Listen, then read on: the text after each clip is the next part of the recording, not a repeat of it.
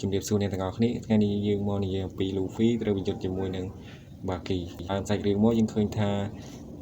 Zoro កំពុងបញ្យុទ្ធជាមួយនឹង Kobachi ដែលជាកូនចៅរបស់ Baki នោះ Baki លោកដៃទៅជួយការបញ្យុទ្ធទាំងពីរត្រូវបាន Luffy ជន់ឲ្យឈឺចាប់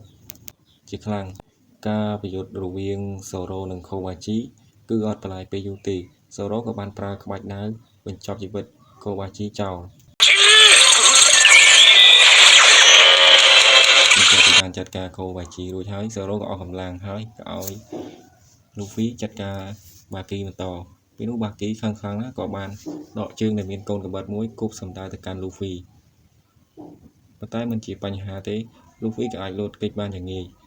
ពេលនោះ Baki ក៏ប្រើកាំបិតទាំង4របស់គេនឹងគប់សំដៅទៅ Luffy ប៉ុន្តែ Luffy ក៏អាចគេចបានយ៉ាងងាយទៀតពេលនោះ Luffy ក៏បើកការវាយប្រហារទៅកាន់ Baki វិញដោយបលូតដៃយ៉ាងវែងមកទៅកាន់ Baki ប៉ុន្តែ Baki ក៏អាចគេចទាន់ Baki ថែមទាំងមានកាត់ដៃរបស់ Luffy ទៀតផងប៉ុន្តែ Luffy ក៏បានហក់ទៅមាត់ Baki បន្តទៀតប៉ុន្តែ Baki ក៏បានដកកយ៉ាងងាយគេចពី Luffy ដែលធ្វើឲ្យ Luffy ខឹងខ្លាំងមែនទែនដែលបានធ្វើឲ្យរហែកមួករបស់គេពេលនោះ Baki បានខ្វល់ទេក៏បានប្រើក្បាច់ទាញមួកនោះហើយចាក់បញ្ឈឺ Luffy បន្ថែមទៀតពេលនោះ Baki ក៏បានមើលស្គាល់ថាមួកនេះជាមួករបស់ Seng ក៏បានជន់វាព្រោះ Baki ស្អប់ Seng ខ្លាំងណាស់បន្ទាប់ពីជន់អស់ចិត្តហើយ Luffy ក៏ខឹងមិនស្ទើរទេក៏ស្ទុះទៅមាត់ Baki ម្ដាយប៉ុន្តែ Baki ក៏បានដកកកិច្ចប៉ុន្តែភ្លេចថាមិនមានខ្លួន Luffy ក៏បានទាត់មួយជើងធ្វើឲ្យ Baki ជប់ចាប់ជាខ្លាំង Baki ក៏បានឃើញ Nami ដែលកំពុងស្ពាយបង្វិចរបស់ខ្លួនក៏ដកខ្លួនជាពីរចាក់សម្លាប់ Nami ព្រាមនឹងចាក់ចិត្តដល់ទៅហើយប៉ុន្តែពេលនោះស្រាប់តែ Luffy បានទាត់ពងទីរបស់ Baki ធ្វើឲ្យ Baki ឈឺចាប់ជាខ្លាំង Baki ក៏បានប្រើជំនាញពិសេសមួយទៀតដែលបំបែកខ្លួនជាកង់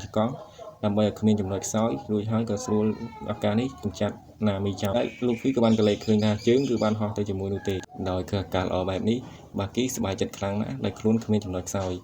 ក៏បន្តតាមចាក់សម្លាប់ Nami វានេះវិញក៏ដកស្បែកជើងរបស់ Baki ដើម្បីត្រៀម S ផង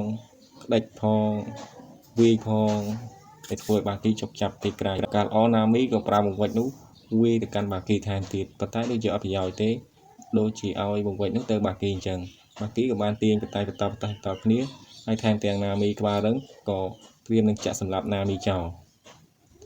ពេលនោះចេះបាន Luffy បលូតជើងយ៉ាងវែងទាត់ Baki មួយជើងឲ្យប៉ើងខ្ទាតតាំងបង្វិចនោះខ្ចាយពេញដីបន្ទាប់ពីបានត្រូវប៉ុណ្ណឹងហើយ Baki នៅមិនទាន់ចោះចាញ់ទេ Baki ក៏អាចងើបឡើងវិញបានហើយថែមទាំងបញ្ចេញកំហឹងទៀតផងពេលនោះ Nami ក៏បាននឹកឃើញវិធីវែងម្យ៉ាងក៏រត់ទៅក្រោយក៏មិនដឹងថាធ្វើអីដែរពេលនោះ Baki ក៏បានឃុំខ្លួនឡើងវិញប៉ុន្តែគឺយើងឃើញថាមានតែដៃហើយនឹងជើងតែប៉ុណ្ណោះតាមពិតគឺ Nami គឺបានចាប់ខ្លួនទាំងអស់របស់ Baki ចងបាត់ទៅហើយដោយគឺអាកាសល្អបែបនេះ Luffy ក៏បានបលូតដៃយ៉ាងវែងមុខទៅកាន់ Baki ឲ្យប៉ើងហោះទៅឆ្ងាយការប្រយុទ្ធរវាង Luffy និង Baki គឺបានចប់ត្រឹមប៉ុណ្ណេះ